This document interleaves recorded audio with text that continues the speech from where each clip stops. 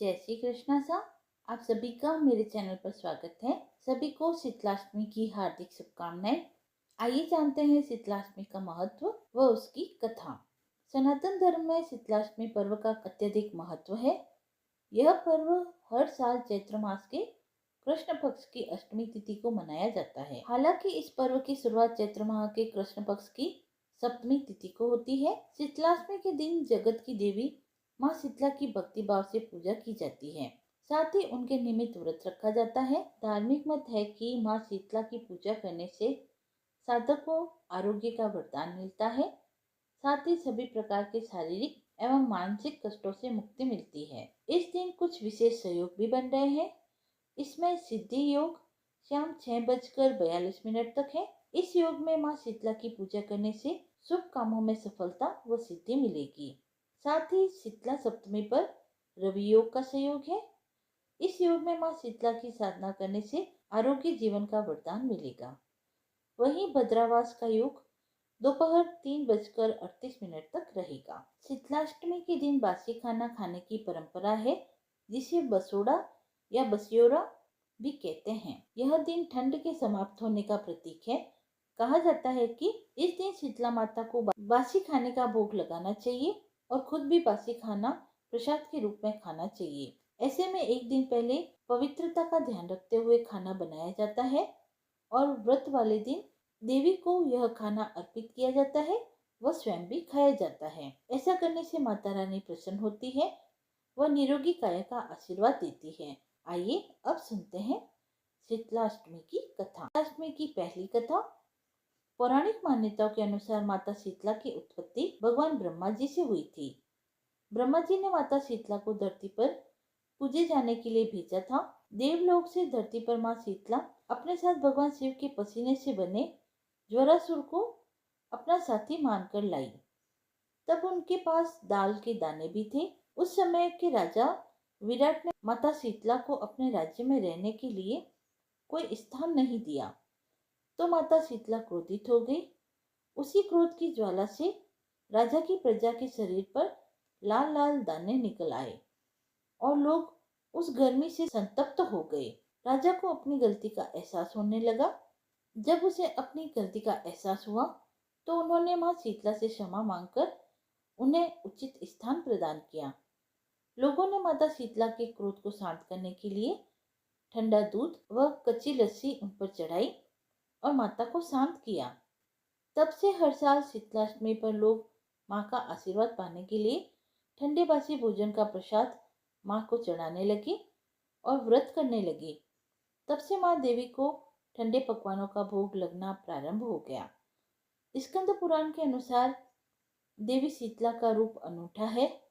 देवी शीतला का वाहन गदा है। देवी शीतला अपने हाथ के कलश में शीतल पेय, दाल के दाने और रोगाणुनाशक जल रखती है और दूसरे हाथ में झाड़ू और नीम के पत्ते रखती है।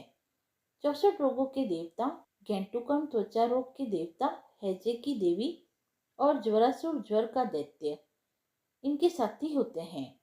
स्कंद पुराण के अनुसार देवी शीतला का पूजा स्त्रोत शीतलाष्टक की रचना स्वयं भगवान शिव ने की थी। पहली कथा समाप्त हुई। अब सुनते हैं दूसरी कथा। एक गांव में एक स्त्री रहती थी जो शीतलाष्टमी की पूजा किया करती थी। वह ठंडा भोजन करती थी। एक बार गांव में आग लग गई। उसका घर छोड़कर बाकी सबके घर जल गए। गांव के सब लोगों ने उससे इस चमत्कार का रहस्य पूछा। उसने कहा कि मैं बासोड़े के दिन ठंडा भोजन लेती हूँ और शीतला माता का पूजन करती हूँ। आप लोग यह कार्य तो करते नहीं हैं, इससे मेरा घर नहीं जला और आप सबके घर जल गए। तब से बासोड़े के दिन सारे गांव में शीतला माता का पूजन आरंभ हो गया। माना जाता है कि शीतला माता भगवती दुर्गा का ही स्वरूप है। चैत्र महीने में जब गर्मी प्रारंभ हो जाती है तो शरीर में अनेक प्रकार के पित्त विकार भी होने लगते हैं। शीतलाष्टमी का व्रत करने से व्यक्ति के पित्त, ज्वर, फेफड़े, आंखों के सारे रोग, चिकन पॉक्स के निशान व शीतला जनित सारे दोष ठीक हो जाते हैं। इस दिन सुबह स्नान करके शीतला देवी की पूजा की जाती है। बोलिए शीतला माता की जय। आइए अब सुनते हैं तीसरी कथा। एक बार शीतला माता ने सोचा कि चलो आज देखो कि धरती पर मेरी पूजा कौन करता है, कौन मुझे मानता है। यही सोचकर शीतला माता धरती पर राजस्थान के डोंगरी गांव में आई और देखा कि इस गांव में मेरा मंदिर नहीं है और ना ही मेरी कोई पूजा होती है। माता शीतला गांव की गलियों में घूम रही थी। तभी एक मकान के ऊपर से किसी ने चावल का उबला हुआ पानी फेंक दिया। वह उबलता पानी शीतला माता के ऊपर गिरा, जिससे शीतला माता के शरीर में फफोले हो गए। शीतला माता के पूरे शरीर में जलन होने लगी।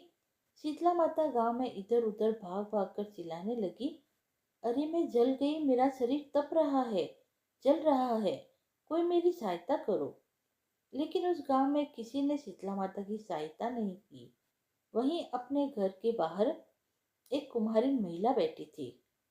उस कुम्हारिन ने देखा कि अरे ये बुढ़िया माई तो बहुत जल गई है, इसके पूरे शरीर में तपन है, इसके पूरे शरीर में फफोले पड़ गए हैं, यह तपन सहन नहीं कर पा रही है।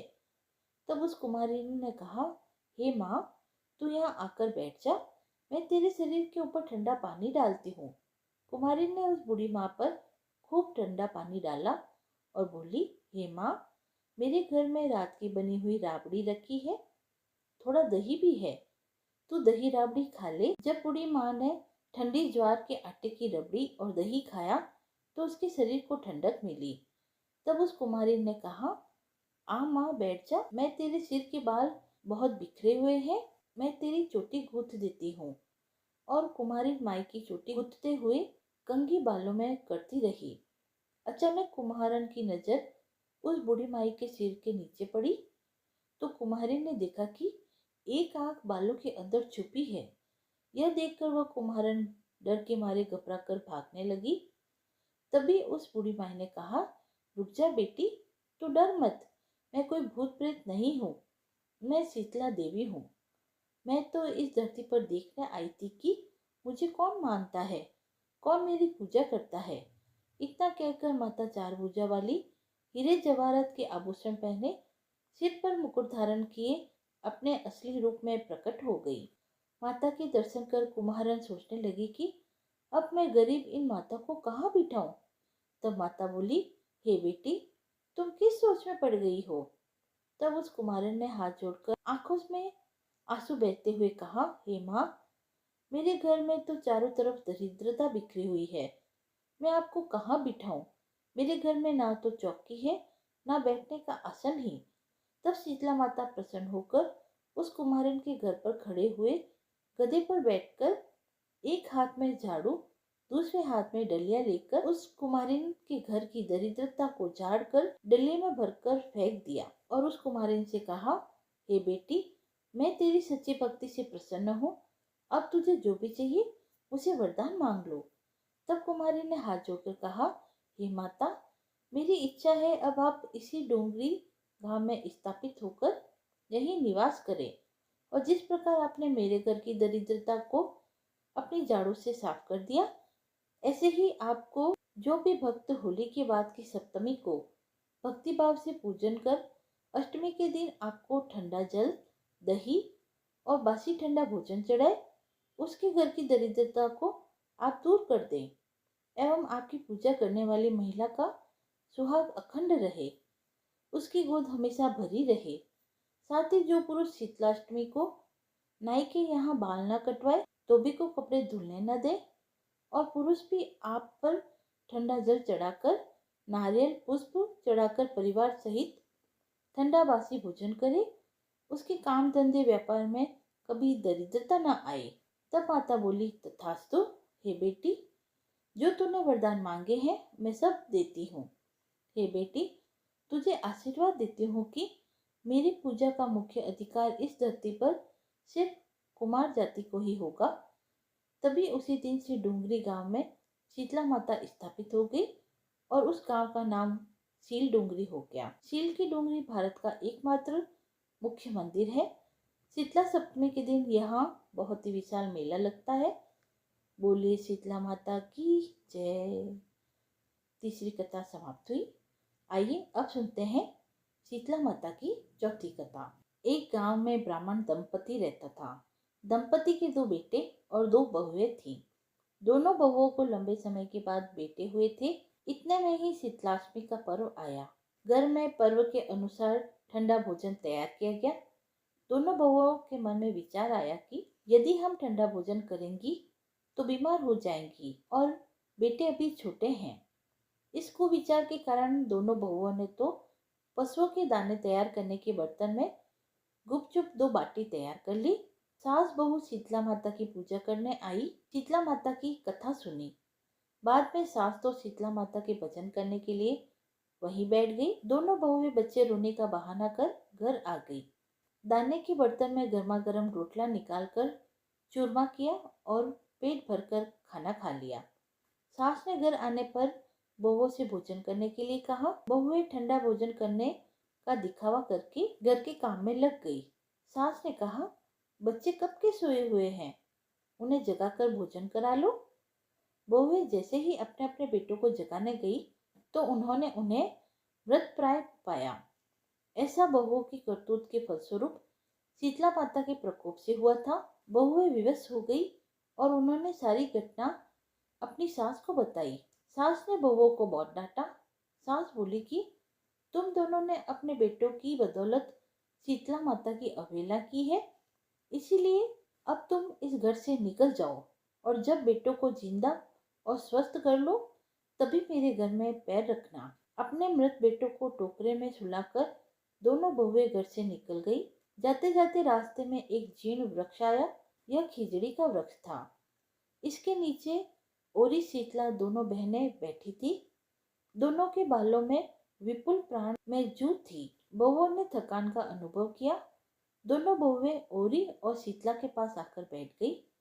उन दोनों ने शीतला ओरी के बालों में खूब सारी जू निकाली। जूओं का नाश होने से ओरी और शीतला ने अपने मस्तक में शीतलता का अनुभव किया। कहा, तुम दोनों ने हमारे मस्तक को शीतल ठंडा किया है, वैसे ही तुम्हें पेट की शांति मिले। दोनों बहुएं एक साथ बोली कि पेट का दिया हुआ ही लेकर हम मारी मारी भटक रही है, परंतु शीतला माता के दर्शन नहीं हुए। शीतला माता ने कहा कि तुम दोनों पापिन हो, दुष्ट हो, दुराचारिणी हो। तुम्हारा तो मुंह देखना भी योग्य नहीं है। शीतला सप्तमी के दिन ठंडा भोजन करने के बदले तुम दोनों ने गर्म भोजन कर लिया था। यह सुनते ही बहुओं ने शीतला माता को पहचान लिया। देरानी जेठानी ने दोनों माताओं का वंदन किया। गिड़गिड़ाते हुए कहा कि हम भी भोली भाली है, अनजाने में गर्म खाना खा लिया था। आपके प्रभाव को हम जानते न थे। आप हम दोनों को क्षमा करें और पुनः ऐसा दुष्कृत्य हम कभी नहीं करेंगे। इसके पश्चात उनके पश्चाताप भरे वचनों को सुनकर दोनों माताएं प्रसन्न हुई। शीतला माता ने मृतक बच्चों को जीवित कर दिया। बहुएं तब बच्चों को साथ लेकर आनंद पूर्वक पुनः अपने गांव में लौट आई। गांव के लोगों ने जाना कि दोनों बहुओं को शीतला माता के साक्षात दर्शन हुए हैं। दोनों का धूमधाम से स्वागत करके उनका गांव में प्रवेश करवाया गया। बहुओं ने कहा कि हम गांव में शीतला माता के मंदिर का निर्माण करवाएंगी। चैत्र महीने की शीतलाष्टमी के दिन केवल ठंडा खाना ही खाएंगी। शीतला माता ने बहुओं पर जैसी अपनी कृपा दृष्टि की वैसी कृपा सब पर बनाए रखे। श्री शीतला माँ सदा हमें शांति, शीतलता तथा आरोग्य प्रदान करे।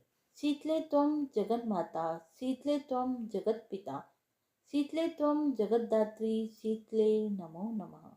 बोलो श्री शीतला माता की जय। कथा समाप्त हुई। यदि आपको यह पसंद आई हो तो आप मेरे चैनल को लाइक शेयर एंड सब्सक्राइब करें। धन्यवाद।